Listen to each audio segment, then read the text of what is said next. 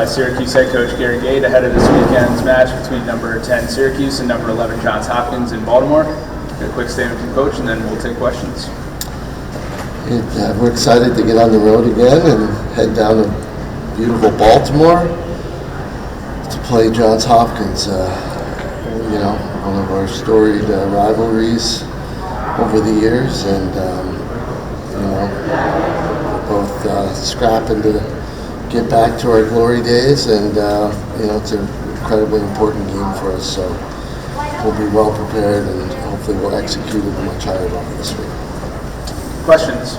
Gary, you've mentioned and we've discussed face-offs. John's seen a lot of really good face-off guys across the country, which is certainly true. But when you look at film and go over stuff with him, where is he struggling personally? Lacrosse is a mental game as well as the physical, but all the decision making, all the how you play it, all comes from the brain down, and he's just dealing, more mentally, getting his head right, so he's on the whistle and not thinking about it and worried about making mistakes or jumping early. So he's doing some work and I'm hoping he improves. In terms of the violations, is there something mechanically with the rules, or is it anticipated whistles, anything specific? All the refs do it differently, and it makes it different, but he just had to understand that and deal with it and have a plan, be mentally prepared and execute. And I think you'll see him get back in the groove and he'll be fine. You always talk about the next game is our biggest game. Yeah. But how important was it to get that win against Penn for the mental state of this team, not dropping 3 straight games? I think it was huge. It was, we didn't quite. We had a chance against Harvard. We didn't finish it. We had a bit of we get into a really good Princeton team that just showed us what hustle and hard work look like, and those 2 teams were teams that we ended their season the year before, and they brought that attitude, and we didn't match the intensity. So it kind of brought us into Penn, where we were a bit of a funk, and our guys stuck together, and they found a way to get it done, and that was huge. And we got to build off that. We're heading into spring break. I think it'll be a great time to do some team bonding. Really get,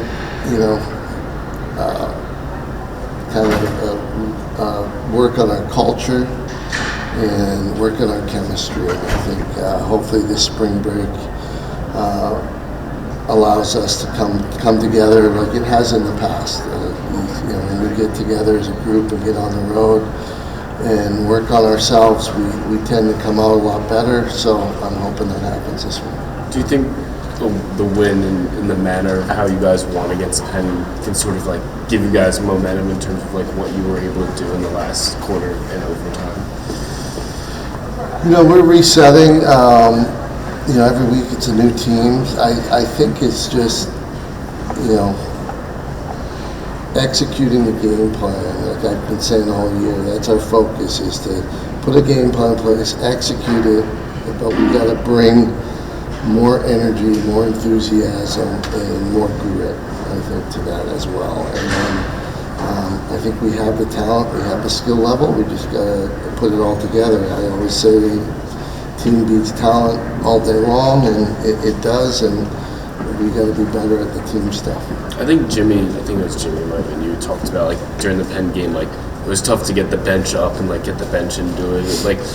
Why do you think there was just sort of a lack of energy at the beginning of the game? It's just the way ebbs and flows go, and that game was tough. Things weren't going well for us, and it's hard to cheer and get excited when we're not making plays. It's just fundamentally difficult to do. And if you're doing it and you're still not making plays, it doesn't work for you. So it's got to be legitimate. We got to have real energy, real effort plays, and that'll get the bench going. That'll get everything going. So it takes people to make plays and create sparks to generate that energy. I understand that you're playing top 20 teams every week, but what has changed offensively over these last couple of games that has caused the offense to kind of stall a little bit, and what needs to pick up? Well, I think we've been really focused on this year on possessions and possessing the ball, and I think we've stepped away a little bit from what Syracuse lacrosse is known for, and that's transition and getting the ball up the field, creating odd man plays, and we just haven't been getting a lot of that. And we did in the turnaround against Penn there.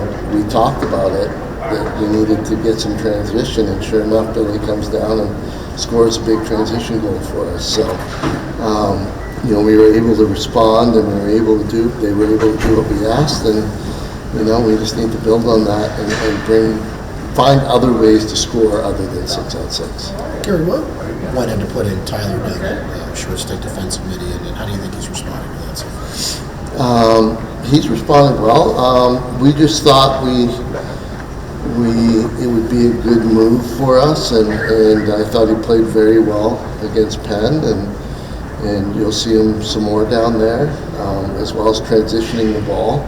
So I think it helps in some of the areas that we're trying to work on, and that is transition. And obviously, if his transition's not there, then we're in our 6-on-6 game. But a guy like Tyler can play both ways, and we want to utilize that. In terms of the Syracuse-Hopkins rivalry, just like, what does this kind of rivalry mean, I guess, for Syracuse, and can you kind of put it in words here? I don't know if it's a huge game for us just because it's, we're 4-2, and it's a huge game against a similarly ranked opponent, and if you want to be there at the end, you gotta go out and compete and win some of these games. So the rivalry, I always say Hopkins is a rival with multiple teams. They've been playing Maryland for 100 years and all of this stuff. So we're just one of those teams. It's a big game for us, but rivalries are Hopkins has a lot of them, and they're just one of them. You've obviously played Hopkins a lot in your career. What are kind of those best recollections you have against Hopkins, and how much do you share those with the team?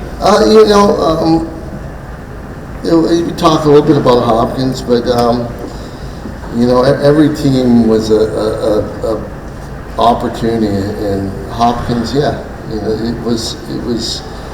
The coach is treated a little bit different and tried to get us extra fired up, but we just wanted to win every game, so it didn't really matter. What makes Hopkins so potent this year?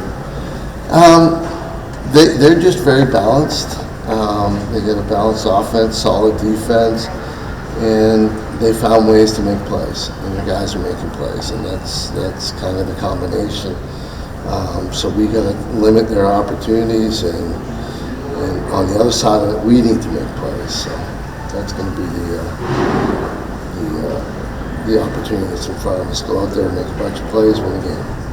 Coach, overall, from 3 Ivy League games, how do you implement your biggest takeaways from those into the game this weekend? Well, I think we've made some adjustments, like I said, with the transition factor, adding that back in, cleaning up some of the execution, and then, trying to bring the energy to the game. So, those are some of the areas that we've learned some things about ourselves that we're taking into this weekend, and hopefully you'll see a noticeable difference. You're halfway through this marathon, kind of 6-game road trip. What have you learned about your team, and what more do you want to see from your team in the next 4 years? I think that's essentially what I just answered. Yeah. That, we've learned you can't just play 6-on-6. You got to find other ways to score. You got to find the energy. You got to, hold yourself and the teammates accountable to execute at a high level.